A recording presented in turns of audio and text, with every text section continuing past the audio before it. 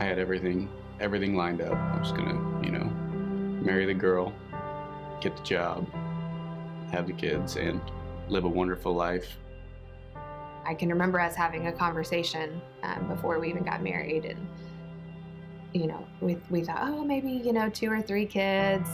I always dreamed of 2 boys that looked just like me and 1 girl that looked just like her. We decided that we wanted to try and start our family probably about a year after we were married. We started down that path of doing the blueprint that we had of having children, and it didn't end up working out the way we'd planned.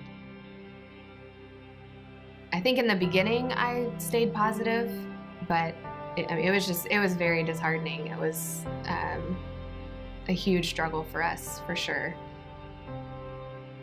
We prayed about it, and it was definitely one of the hardest times in our marriage. It was very hard for me to let go of what I wanted so badly, which was to carry a child. I just wanted to know why more than anything. And I think everyone, when things don't go your way, you want to know why. I felt like there was silence. I felt like my prayers were not getting answered. They had almost basically ruled out any chance of us having biological children. And that was like, well, our next step is adoption. Maybe this is what we're supposed to do. And it did. It felt like, I can honestly say for the first time in my life, felt like something we were called to do. I guess it was nothing like you would expect in your mind. When I was growing up, I imagined that there's just a home of children that need families.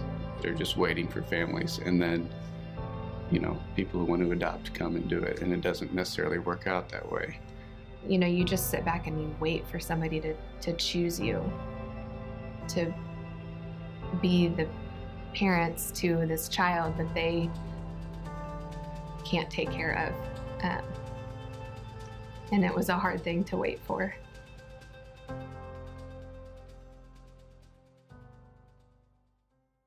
We actually got the call from our attorney on Luke's 30th birthday.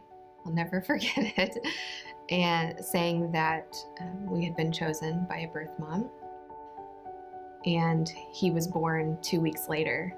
So we met Avery when he was not even 24 hours old. The first day that I laid eyes on Avery and got a hold of him in my arms, it was, the greatest day of my life, and I'll never forget that day. It's hard to explain even the connection that I felt with him, because it was an immediate connection. I remember Luke saying to the nurse, so that's it? You're just gonna let us take him home? We're parents now? It was the craziest thing. We were just in complete awe.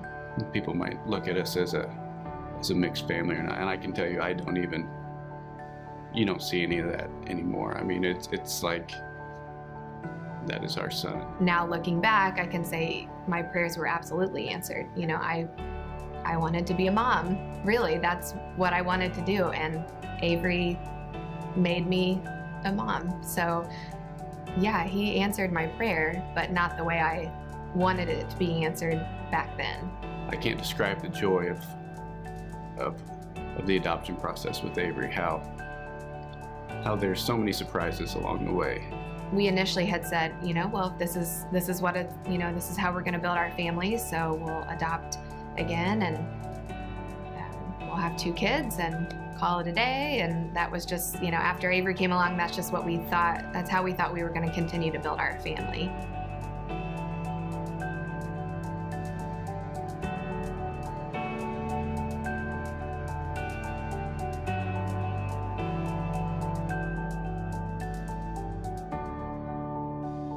Through our struggle with adoption and with the birth of Rowan, I feel like we were almost given a gift that we could really appreciate what we had and what was given to us, and the gifts that we were blessed with on this earth.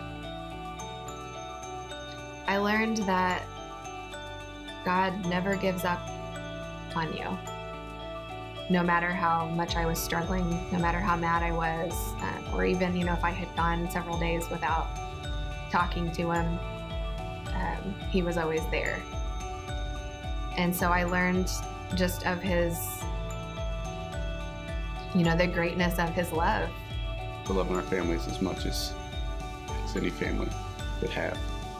And I think that could represent God's family, how we bring in people of all different thoughts, all different mindsets, all different places in their walk, all different levels of suffering. Some people could be going through the hardest times in their lives, and I believe God welcomes us all. For God to take all of us in as his own children is amazing, and the love that I have for both Avery and Rowan, it doesn't matter how they got here. As hard as the last 7 years have been, I'm so thankful for all of that.